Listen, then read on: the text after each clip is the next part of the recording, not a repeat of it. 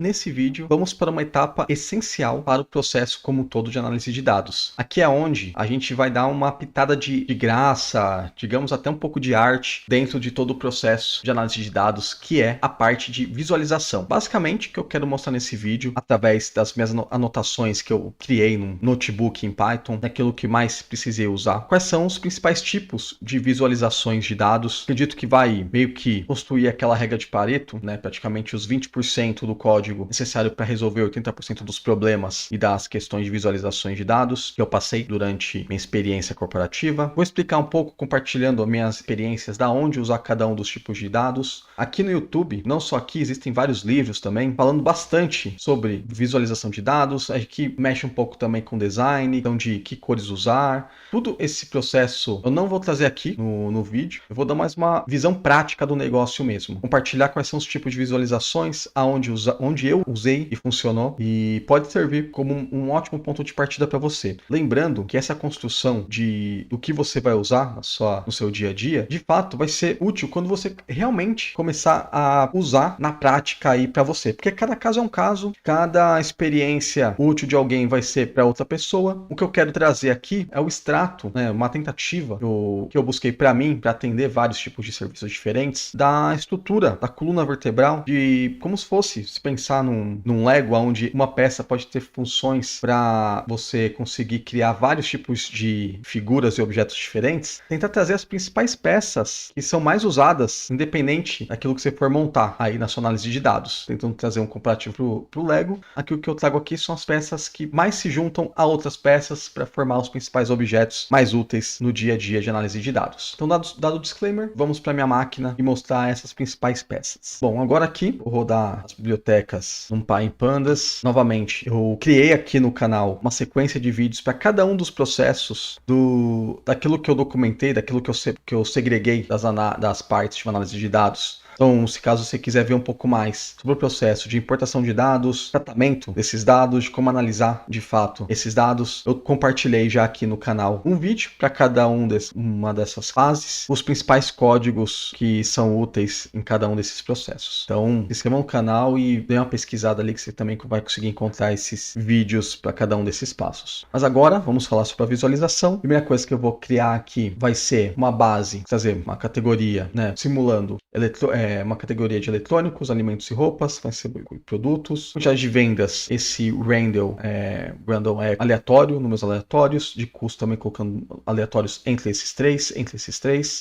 Trazer meses entre o range de 2023, todo ano, período 12 meses. Nota também variando entre 1, 5 e 100. Então, com isso, vou gerar aqui tabela, tá instalando também a biblioteca Matplotlib, que é e a Seaborn, que é de visualização de dados. Beleza, já trouxe aqui essa base. Primeira visualização, isso aqui é muito importante, não somente para expor para outras pessoas a sua análise, mas também para você analisar internamente. Você pode ter uma visualização de tabela. E olha que interessante, nessa opção de tabela, você consegue já com as informações, se você usa Excel, você vai saber disso, que ele faz aquela segregação por cor, né? Quanto mais escuro aqui, maior o número, tá vendo? Dentro da variável vendas, 285, ela é maior, mais escuro é. De custo, a maior, 219, mais escuro é. Nota de satisfação, 4.4, mais escuro é. Então você tem essa visualização, ajuda visualmente, e imagino que se você já trabalha com análise no Excel, já deve ter muitas demandas com esse tipo de tabela, bastante útil para sua análise pessoal também, dentro do processo da sua análise e busca de respostas dos dados. Essa informação é bem útil. Agora também um gráfico de barras, vou dar aqui,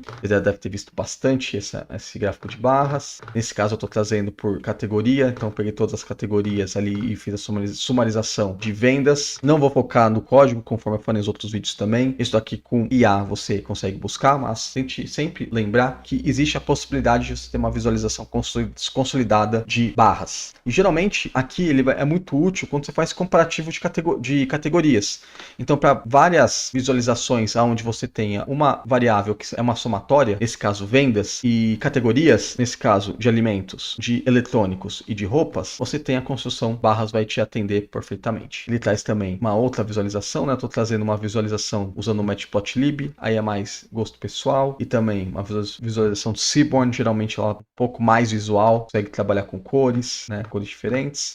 Você tem essas duas formas de gráfico de barras, um exemplo no Matplotlib e um exemplo no Seaborn. Novamente, não vamos focar no código, porque isso aqui vai mudando. Pode ser que amanhã surja uma biblioteca e um padrão mais bonito, mais usual, mais rápido para você trabalhar com visualização de dados. Hoje, no momento que eu gravo o vídeo, as bibliotecas mais usadas, pelo menos que eu acompanhei, é Matplotlib e Seaborn. Beleza? Também tem o famoso gráfico de linhas. Também vou trazer um exemplo com Matplotlib e um exemplo com Seaborn. Mas você pode ver, atestar qual é a melhor opção para você. Vai depender de gosto. Você pode ver que a construção foi do mesmo jeito. Linhas não tem muito o que fazer. O gráfico de linhas, ele é muito útil para exemplos temporais. Então, quando você tem a variável de data no decorrer do tempo, que é esse o exemplo, né, que eu tenho ali dentro das linhas de 2023 como um todo, então aqui você consegue ver uma evolução temporal. Toda vez que você tiver informação numérica com dados temporais, o gráfico de linha vai ser muito útil para ver essa evolução. Aqui eu trouxe uma média de vendas mensais, tanto no Matplotlib quanto no Seaborn. Vou dar uma fazendo na prática do código. Basicamente, assim como muitas das outras bibliotecas em Python, você vai ter que buscar lá na documentação de cada uma das bibliotecas as opções. Quando você tem a opção de lote aqui, o PLT, você vai ter que configurar no Matplotlib. Configura que é o tamanho do gráfico, quais são as variáveis, vai trazer o nome da variável, que vai ser mês, que seria a variável vendas por mês aqui vai ser vendas, o marcador, aí tem as opções aqui, nesse caso redondo, e qual tipo da linha, tem outras linhas, pode ser aquela tracejada, por exemplo. Aqui o título, de vendas mensais, qual vai ser o label, o nome que tá, o X, que é aqui, qual vai ser essa label aqui embaixo, o Y, que é essa aqui de cima, média de vendas, e assim você consegue montar o gráfico, né? Você pode ver que a lógica do Seaborn com a Matplotlib é a mesma, só muda um pouco de como você vai chamar a informação, né? Tem um pouco de mudança de alternação, mas só que é algo que você consegue pesquisar tanto na biblioteca, que é o mais recomendado, né? Na documentação de cada uma dessas bibliotecas, mas também você pode pedir para a inteligência artificial hoje em dia gerar um gráfico de barras com essa variável, por exemplo, e vai montando. Boxplot, aqui ele é muito utilizado para investimentos, onde você tem uma visão não somente do valor, mas também da distribuição. Então aqui você vai encontrar em linha amarela a média, trazer aqui as opções. Para trazer o Boxplot já traz a informação na categoria, só que novamente não vale a pena o decoreba.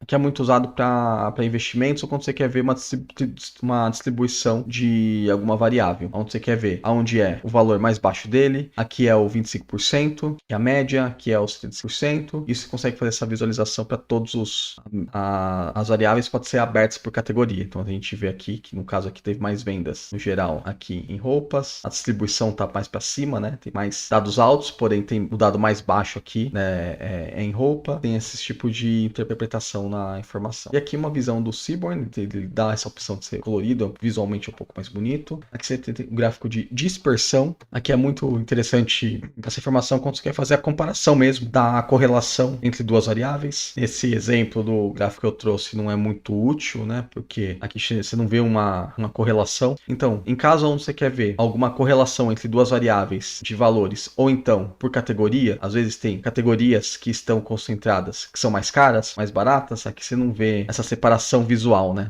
Às vezes você vê que um custo mais baixo e vendas mais altas, às vezes podia ser um tipo de produto. Aqui a gente vê que tem mais de roupas, né? Mas não é um padrão, existem outras informações também. Existem também eletrônicos, existem alimentos. Dependendo do seu dado, pode ser que estão bem separados em quadrantes aqui do tipo da informação ou categoria. E você vê que a diferença aqui no Seaborn, que dá a opção de você abrir por categoria, é bem melhor, mais completa a informação. Aqui para correlação, aqui é diretamente correlação. Ali você não vê somente correlação, você vê também, você pode acrescentar outras categorias. Aqui você vê a correlação, onde nesse exemplo mais vermelho, a correlação é positiva e o azul é negativa. Ou seja, quanto mais vendas, que vendas e vendas é o 1, né? Aqui é 1, 1, então você vai ter que ver de informação diferente. São as outras, porque logicamente, quanto mais vendas, que é a mesma variável, então elas vão se conversar 100% iguais. A gente percebe que nesse exemplo não tem uma correlação direta, não tem um quadrante vermelho. Aqui é melhor que dá o valor, aqui no Seaborn, você vê que de fato não tem nenhuma correlação, é 0,04, né? Menos 0,05, você vê que tem a correlação é praticamente nada entre as variáveis. Histograma, aqui é um gráfico clássico de distribuição, já deve ter cansado de ver, ainda mais se você já em algum momento estudou sobre estatística. Então, ou seja, é a frequência, nesse exemplo, né? Quantas vendas tem entre 50 e 75 reais? Quantas vendas tem entre 75 e 100, que aqui é a maioria. Então, para cada uma coluna, é uma frequência daquela informação. E no Seaborn aqui tem a opção de você colocar uma linha de tendência também. É um assunto também que eu não quero me aprofundar. Então, e por último, deixei o famoso gráfico de pizza. É importante, por mais que muita gente tenha muito preconceito com o gráfico de pizza, é uma forma de você trazer comparações de categoria, nível de grandeza. Então, em percentual, quantos itens tem cada categoria, a gente vê que tem um pouco mais em alimentos, mas ela é bem distribuída, já que um gráfico é uma tabela que não existe, foi totalmente randômica que eu coloquei ali em cima, então é mais provável que eles sejam mais aproximados. Porém, quando você vai analisar algum dado que tenha muita concentração em alguma categoria, você já vai identificar dentro do gráfico de pizza, e pode ser bem útil esse tipo de visualização para a sua análise ou para quem você for mostrar essa análise de dados. E você, com certeza já deve ter visto várias dessas imagens e gráficos aí dentro da sua ferramenta ou de outras pessoas que mexem com dados, e você já deve ter recebido algum relatório desses. Sabia que era tão simples quanto isso, você ter acesso e criar os mais diversos tipos de gráficos? Te aconselho a dar uma aprofundada sobre essas bibliotecas que eu mostrei para vocês, aonde lá dentro você consegue manipular várias outras opções, cores, tamanho, junções de gráficos, para que no final você consiga trazer mais valor, né, conseguir vender melhor a sua análise e trabalho de dados como um todo, porque no final a embalagem também importa, não somente o resultado, mas também automaticamente um trabalho mais bonito, um design melhor, vai trazer mais credibilidade, autoridade e atenção aos resultados que você trouxe através da sua análise. Se tiver interesse de ver outros vídeos como esse, se inscreva no canal, curta esse vídeo também para que o YouTube passe como interesse para outras pessoas com interesse similar ao seu. Convido a assistir as outras etapas que eu já gravei num processo de análise de dados, das minhas anotações, os principais cases de uso, o Pareto que funciona para mim quando vou fazer um novo projeto, eu acabo usando muito desse meu notebook como cola ou referência, aquilo que eu posso usar, e geralmente muitos desses códigos eu reaproveito. Te agradeço por me acompanhar até agora aqui nesse vídeo e te aguardo para o próximo vídeo.